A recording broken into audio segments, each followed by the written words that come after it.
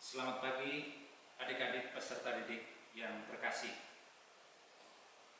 Kita bertemu kembali pada hari ini untuk melanjutkan pembelajaran kita yang kita sudah jalankan pada minggu yang lalu. Namun sebelum kita memulai pembelajaran kita hari ini, mari kita awali dengan doa. Kita semua berdiri untuk berdoa. Berdoa mulai dalam nama Bapa dan Putra dan Roh Kudus. Amin. Tuhan, kami bersyukur atas waktu yang Kau berikan dan rahmat kesehatan yang kami boleh alami saat ini. Tuhan, kami mohon penyertaan dalam pembelajaran kami hari ini. Semoga berjalan dengan baik. Kami puji nama-Mu kini dan sepanjang masa. Amin. Dalam nama Bapa dan Putra dan Roh Kudus. Amin. Baik adik-adik, saya mau cek dulu semua hadir. Oke, semua hadir. Nah, sekarang kita akan memulai pembelajaran kita pada hari ini. Namun sebelumnya, Bapak Guru ingin bertanya, kira-kira di antara kalian siapa masih ingat pelajaran kita pada minggu yang lalu? Kita omong tentang apa? Ya? Oke, baik. Kita omong tentang gereja yang membangun persekutuan. Baik, coba sebut salah satu ciri dari persekutuan. Ya, oke. Terima kasih. Dari salah satu cirinya adalah persaudaraan atau persekutuan. Nah, sekarang pada hari ini kita akan membahas sifat atau tugas yang kelima dari gereja adalah gereja yang melayani. Kompetensi dasar adalah memahami tugas pokok gereja sesuai dengan kedudukan dan peranannya sebagai murid Kristus. Dari kompetensi ini akan kita lihat beberapa tujuan pembelajaran. Yang pertama, siswa dapat mendeskripsikan isi atau pesan Injil Markus bab 10 ayat 35-45 dalam kaitannya dengan semangat pelayanan bagi orang Katolik. Yang kedua, dapat menganalisis tugas pelayanan sebagai tanggung jawab murid-murid Kristus.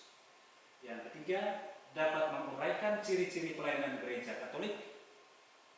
4, dapat menguraikan macam-macam bentuk pelayanan gereja Katolik.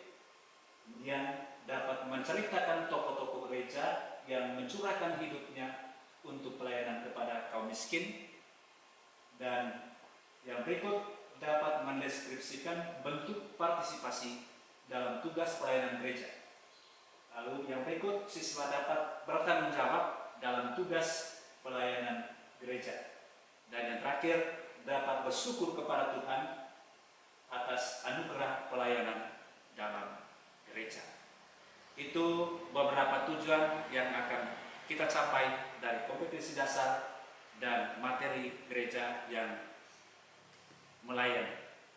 Baik adik-adik, kita akan menyanyikan sebuah lagu. Semua pernah dengar lagu ini? Oke, mari kita nyanyi bersama. Melayani, melayani lebih sungguh. Melayani, melayani lebih sungguh. Yesus lebih dulu melayani kepadaku. Melayani, melayani lebih sungguh. Oke, kita sudah nyanyi bersama lagu tersebut. Yang berikut, mari kita melihat beberapa gambar yang ditayangkan berikut ini. Gambar yang pertama, kita melihat Tuhan Yesus bersama ke-12 rasulnya sedang melakukan satu perjamuan, dan Yesus melakukan satu tugas melayani, yaitu membasuh kaki para muridnya. Gambar yang kedua, kita lihat di situ seorang ibu sementara melayani seorang bapak tua yang sudah lanjut usianya atau lansia. Baik, dari beberapa gambar ini Mungkin adik-adik bisa memberikan sedikit komentar, ya, gambar yang pertama, gambar yang kedua.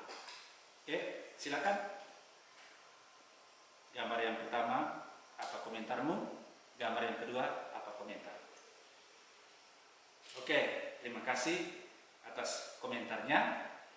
Gambar yang pertama, bagaimana Tuhan Yesus melayani 12 rasul, dan itu sebagai perwujudan melayani. Gambar yang kedua, pelayanan terhadap seorang jompo, itu juga adalah bentuk pelayanan dalam gereja. Selanjutnya, mari kita buka hati untuk mendengarkan teks Injil Markus bab 10 ayat 35 sampai dengan 45. Saya persilakan satu orang untuk membacakan teks. Oke, selesai. Terima kasih. Sekarang dari teks tadi juga menegaskan tentang tugas pelayanan dalam gereja Katolik. Sekarang saya minta adik-adik untuk mendengarkan sedikit tentang bagaimana pelayanan dalam gereja Katolik. Yesus mengajarkan kita untuk saling melayani dengan kerendahan hati, karena anak-anak manusia juga datang bukan untuk dilayani, melainkan untuk melayani dan memberikan nyawanya menjadi tebusan bagi banyak orang. Itu dapat kita baca dalam Injil Markus bab 10 ayat 45. Yang berikut, kita masuk pada dasar-dasar pelayanan dalam gereja. Semangat pelayanan Kristus merupakan dasar pelayanan dalam gereja. Barang siapa menyatakan diri murid, ia wajib hidup sama seperti hidup Kristus. Itu dapat kita baca dalam surat pertama Yohanes ayat bab 2 ayat 6. Yang kedua, Yesus yang mengambil rupa seorang hamba. Itu dalam Filipi 2 ayat 7. Tidak ada artinya jika para muridnya mengambil rupa para penguasa. Perwujudan iman Kristiani adalah pelayanan. Yesus bersabda, apabila kamu telah melakukan segala sesuatu yang ditugaskan kepadamu, hendaklah kamu berkata, kami adalah hamba-hamba yang tidak berguna. Kami hanya melakukan apa yang harus kami lakukan. Itu dapat kita baca dalam Injil Lukas bab 17 ayat 10. Yang kedua, ciri-ciri pelayanan gereja. Yang pertama, bersikap sebagai pelayan. Yesus menyuruh para muridnya selalu bersikap sebagai yang paling rendah dari semua dan sebagai pelayan dari semua. Dalam Markus bab 9 ayat 35, Yesus sendiri memberi teladan dan menerangkan bahwa demikianlah kehendak Bapa. Ciri yang kedua adalah kesetiaan kepada Kristus sebagai Tuhan dan Guru. Dan sebagai pengikut Kristus dalam menjalankan tugas pelayanan harus punya komitmen atau kesetiaan kepada Kristus sebagai Tuhan dan Guru. Yang ketiga, orientasi pelayanan gereja terutama ditunjukkan kepada kaum miskin. Yang keempat, kerendahan hati. Dalam pelayanan gereja atau kita harus tetap bersikap rendah hati. Gereja tidak boleh berbangga diri, tetapi tetap melihat dirinya sebagai hamba yang tidak berguna. Itu dapat kita baca dalam Injil Lukas bab 17 ayat 10. Berikut apa bentuk-bentuk dari pelayanan gereja. Yang pertama, pelayanan gereja tidak hanya bersifat ke dalam, tetapi juga keluar. Pelayanan ke dalam itu adalah pelayanan untuk membangun jemaat. Pelayanan ini pada dasarnya dipercayakan kepada hierarki. Namun, awam pun diharapkan berpartisipasi di dalamnya. Misalnya, dengan melibatkan diri dalam kepengurusan dewan keuskupan, dewan paroki, pengurus wilayah, atau komunitas basis gerejawi, dan sebagainya. Yang berikut, pelayanan keluar yang lebih difokuskan adalah masyarakat luas. Bentuk-bentuk pelayanan tersebut Gereja Katolik Indonesia untuk masyarakat luas antara lain pelayanan di bidang pendidikan dan kebudayaan, pelayanan di bidang kesejahteraan, dan pelayanan di bidang politik dan hukum. Nah, sekarang beberapa hal yang menjadi refleksi kita pada saat ini dan juga menjadi aksi kita ke depan. Ya. Bapak Guru mengajak kalian untuk coba menuliskan refleksi tentang sejauh mana kamu meneladani Yesus melayani sesama dalam hidupmu sehari-hari. Baik, adik-adik yang saya kasihi, demikian pemaparan materi yang berkaitan dengan gereja yang melayani.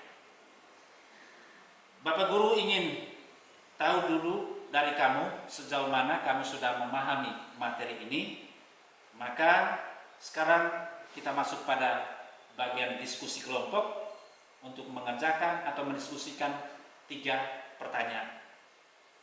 Kelompok 1 coba menulis apa saja bentuk pelayanan di bidang pendidikan. Kelompok 2 menguraikan apa saja bentuk pelayanan dalam bidang kesejahteraan.